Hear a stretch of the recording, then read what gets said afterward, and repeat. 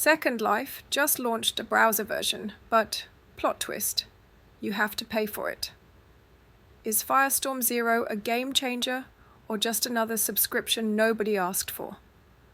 And while we're at it, why are some residents protesting AI while skin creators are literally using real-life morphs in their ads? Let's talk about it. Firestorm Zero, aka Second Life in a browser, is now a thing.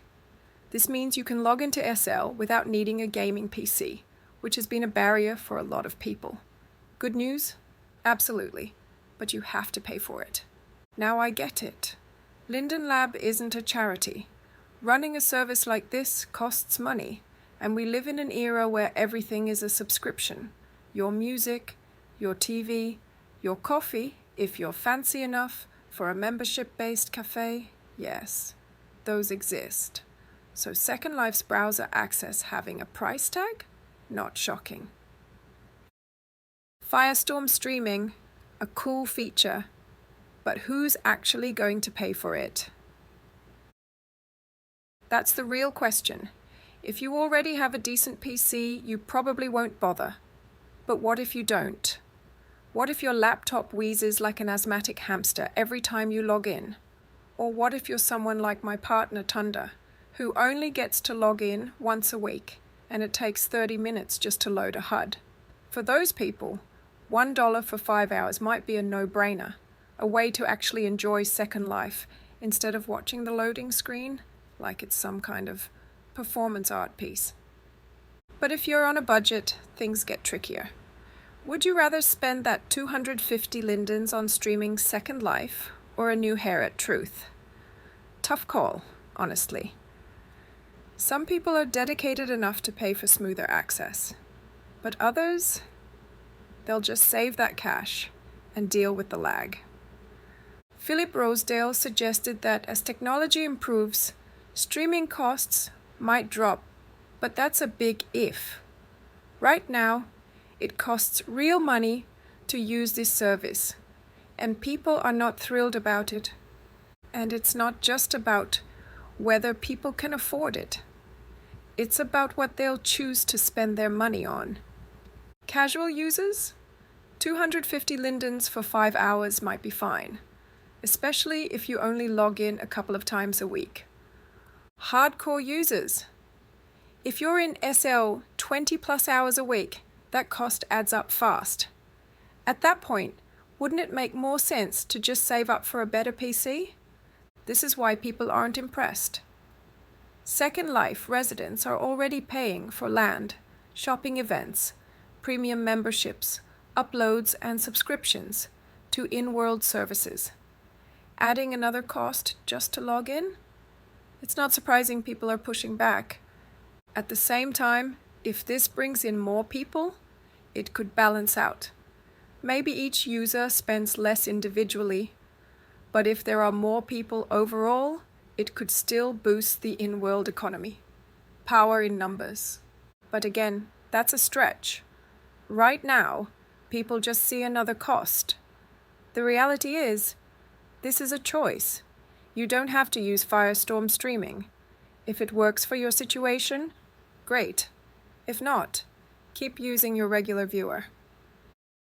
Mobile app drama. Alive or dead? Some people thought Project Zero meant the mobile app was dead, but nope. It's still very much alive. Linden Lab hasn't abandoned it, and that's good news. Why? Because while Second Life will always be a desktop-first platform, having a mobile option makes sense. It's not about replacing the full experience. It's about giving people another way to check in when they need to. Now, whether the mobile app will become a must-have tool or just a niche convenience, that depends on how Linden Lab handles development going forward. Right now, people are using it, but it's still not where it needs to be. Better voice chat? Yes, please. Now, this is a change I can actually get excited about because I hate typing. I would much rather jump on voice than sit there punching out a response letter by letter. It's faster, it's easier, and honestly, it just feels more natural. So, the fact that Second Life's voice system is finally getting a real upgrade, that's huge. WebRTC Voice promises less lag, better clarity, and actual moderation tools, which, if you've ever had to deal with someone blasting nonsense over voice, you know how badly that's needed. No more awkward delays, no more robotic cutouts, and hopefully, no more yelling, "Can you hear me?" into the void. If Linden Lab pulls this off, voice chat might actually feel seamless for once. And for someone like me, who would rather talk than type any day, that's a win. Second Life's official Discord, a useful mess? Second Life now has an official Discord server. That means there's now a dedicated space where you can chat with Lindens, get updates, ask questions, and probably watch some heated debates unfold in real time. Sounds great, right? Well, maybe. See, I like chatting. I like group chats. That part? No problem. But Discord servers? With a million different channels all separated into categories, subcategories, pinned messages, and who knows what else. It just looks messy. And notifications? Even if I mute a server, it still tells me I have unread messages. What's the point of muting something if it still insists on reminding me I haven't read something? It's like having a pile of unopened mail glaring at you from the corner of your desk. That said, I get why people like it. It's fast, organized, for those who don't mind the chaos, and already part of a lot of people's daily routine. So, while I might struggle with keeping up, I can see how this will help make Second Life more connected outside the platform itself. Whether I personally warm up to it? We'll see. AI, skins, and Second Life's ever-changing rules.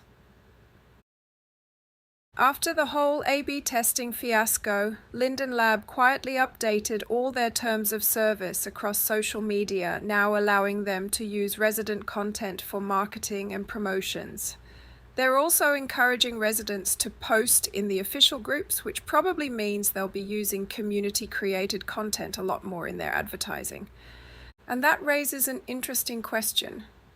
If residents are essentially supplying Linden Lab with free marketing material, how are they credited?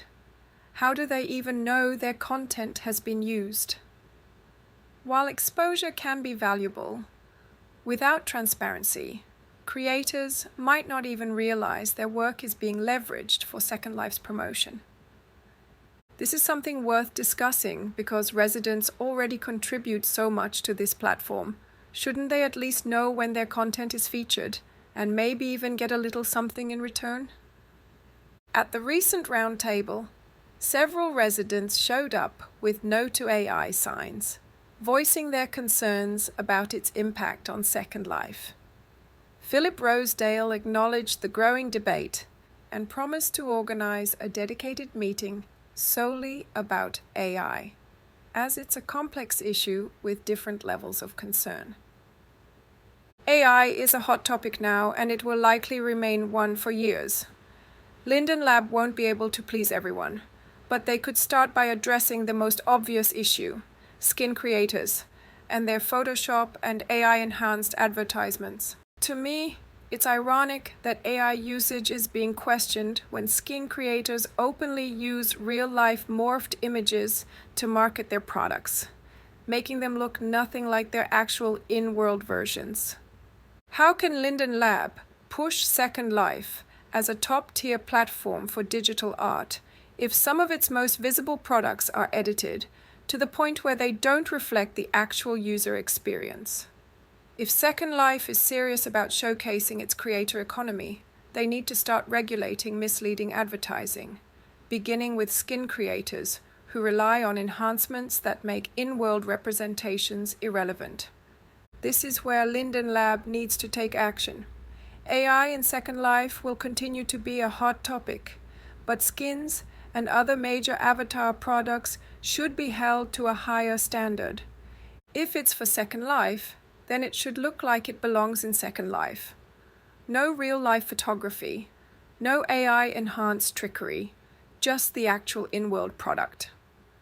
That debate is far from over, but hopefully, this time, they actually listen instead of running another test that no one asked for. Promoting Second Life as a creator platform. Great idea, but let's not ignore the ugly side. I love the idea of positioning Second Life as a money-making platform for digital entrepreneurs. It already pays out more per creator than Roblox. Gasp, I know, right? But nobody outside of Second Life seems to know this. But here's the thing.